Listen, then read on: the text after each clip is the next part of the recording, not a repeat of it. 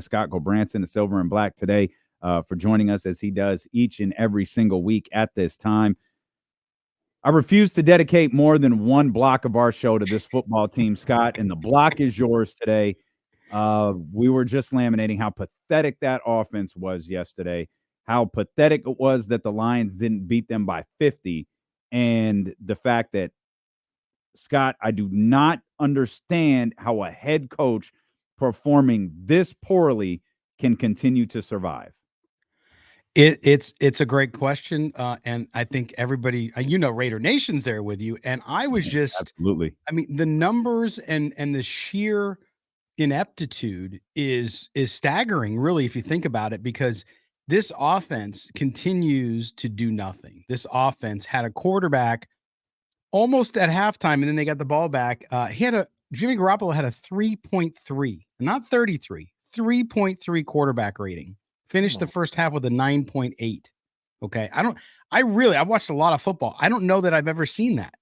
So you look at the situation, and I heard before I came in there, they're talking about Derek Carr having his poor year last year under Josh McDaniels, and then you have Jimmy Garoppolo coming out, same thing this year.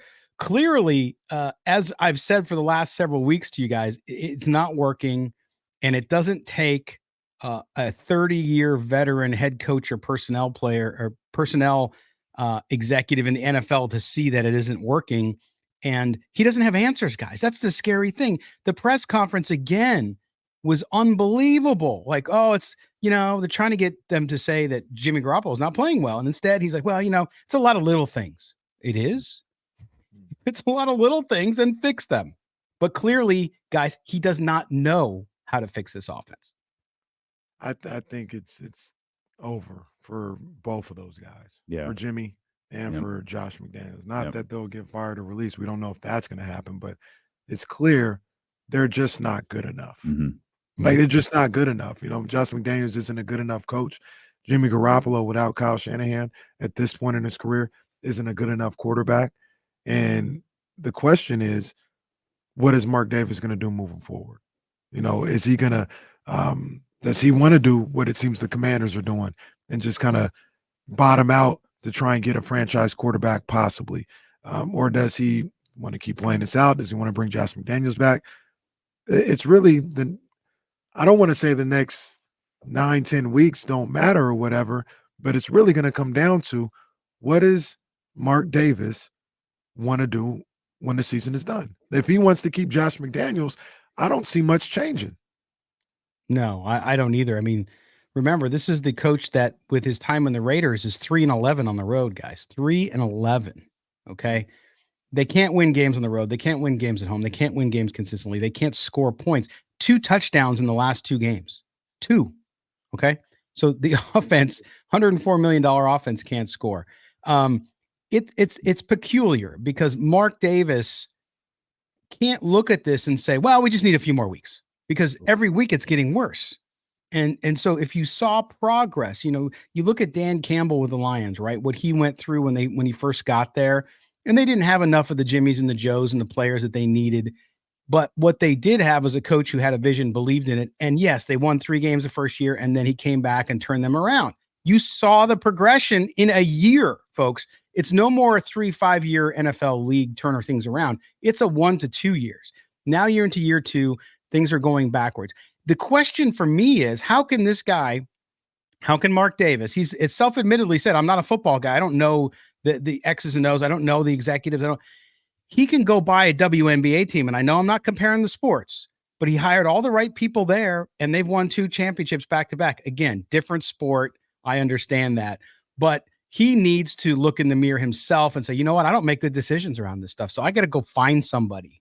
I got to go get a president of football operations who's going to hire a GM, who's going to hire a coach. He's going to keep me informed, but I'm going to stay the hell out of it, because clearly since 2011, I don't know what I'm doing. So real quick though. So Scott, break that down. I mean, who's that right now? We know it was Mayock before, but like, who's the Mayock now? Is it all Mark Davis just making these decisions? No, I mean, they have folks in the front office with Dave Ziegler, the GM, and they have that normal front office, but who watches over them? Who oversees that? And you have Sandra Douglas, who is the president of the team, but she's much more on the business side of things, right? The president usually oversees that's not involved with the day-to-day football stuff, putting together a winning football team.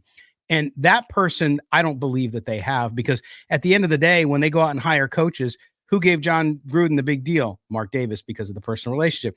Who went out and got these guys?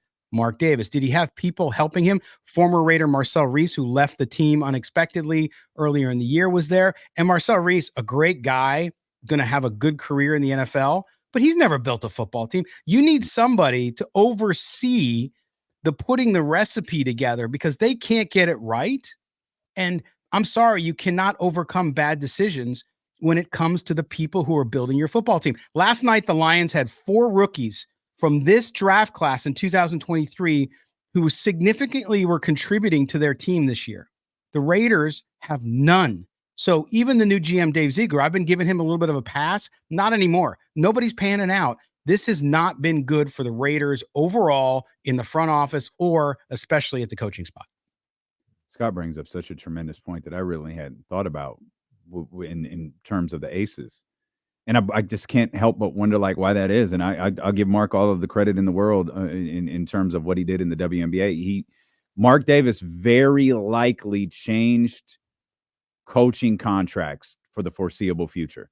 We saw what just happened in Phoenix. That's a direct result of what Mark Davis did. Becky Hammon is no longer the highest paid coach in the WNBA, and that's because Mark Davis took that first step in paying big money for her. And I wonder, Scott, if it's because Mark will admit, I don't know anything about the WNBA.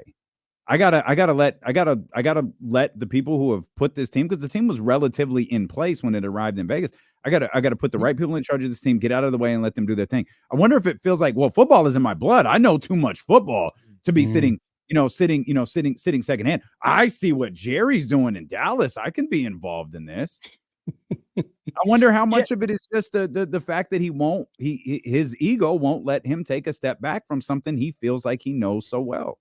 It's a good point. And I think last night on our post-game show, somebody brought up a good fact or a good point, which was probably Mark Davis's, I think, biggest weakness, besides the lack of knowledge in how to construct a football team, because his dad was a coach. His dad grew up with football, right? Al Davis that's not Mark Davis's life. That's not who he is.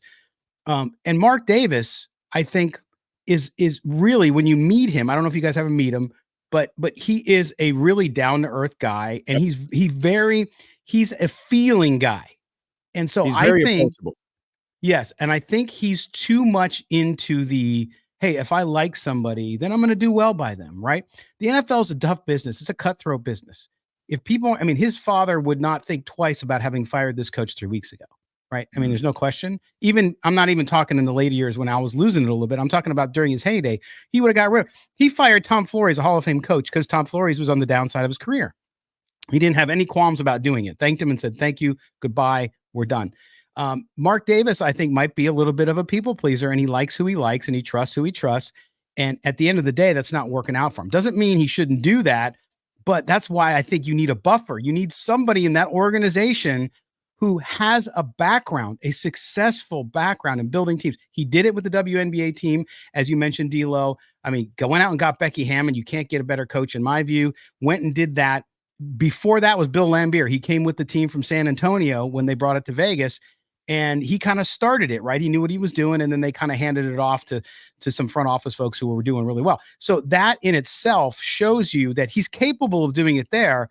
I think he's got to repeat the same pattern with the Raiders so that this team, for its fans, who I feel the worst for, can finally maybe get on the road to respectability. But first, they got to get past this coach who won't admit any of the problems and considers to do the same thing over and over again, even though it doesn't work. Scott, real quick, we talked about Mark, we talked about Josh. I'm looking at this locker room. I'm looking at this roster. What happens, and I'm specifically looking at this guy, what happens with Davante? Yeah, it's 109. Davante Obviously, Adams he's not is still a going Raider. anywhere. Adam Schefter came out emphatically and said he's not going anywhere. Clearly, he's not happy. He's frustrated. He feels probably like his the prime years are being wasted right now. Like, what happens with Davante Adams? Well, look, Devontae Adams is going to make $25 million this year. I think he makes 23 next year. So from a contract perspective, there's some things to work out there. But if I'm Devontae Adams, clearly, yeah. I mean, you saw it at the end of the game when Jimmy Garoppolo missed him for a wide open touchdown by overthrowing the ball. And then he went off the field and slammed his helmet and said, I'm tired of this. You know what? If I'm Devontae Adams, look, I think he does want to stay a Raider. But if I'm him, I'm going past the coach. I'm going to Mark Davis and said, listen, I'm going to give you the rest of this year. I'm going to see what you do. And if it doesn't change, then I might ask you to get out of here. Right. I mean, they'll do that in the right way. I'm compacting that conversation. But if I'm him, that's what I'm thinking. And you know what?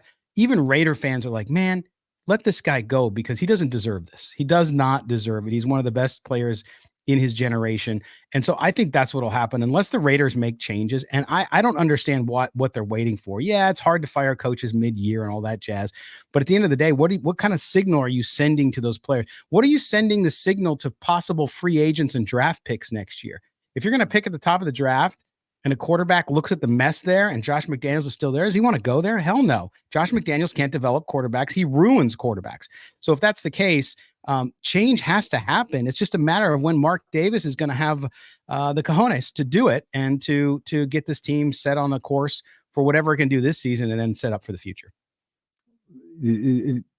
Devontae, I think, is trying to approach things the right way. You could tell everyone's kind of at the end of their rope. It's really hard for me to believe he hasn't lost that locker room. Yeah, I think after yesterday, especially, you look at, and he came out again, said it's little things on offense. And there's a lot of wheeze, but not a lot of, hey, do we need to do things? Yeah, we need to look at things and we need to do. No, coach, the sign on your desk says I'm in charge. And if you're in charge and everything's going wrong, it's not a we, it's a you. As a leader, you step up when things are bad and you take it on yourself. When things are good, you put everybody else out front. He's doing the opposite of that. And I just don't think he knows what he's doing, guys. I think he's completely lost. He does not know how to fix the offense. And that's not my opinion. That's in the numbers and what you've seen on the field. Great stuff, Scott. One day we're going to get to talk about something good. I don't think it's going to be anytime soon, and it might not even be this year.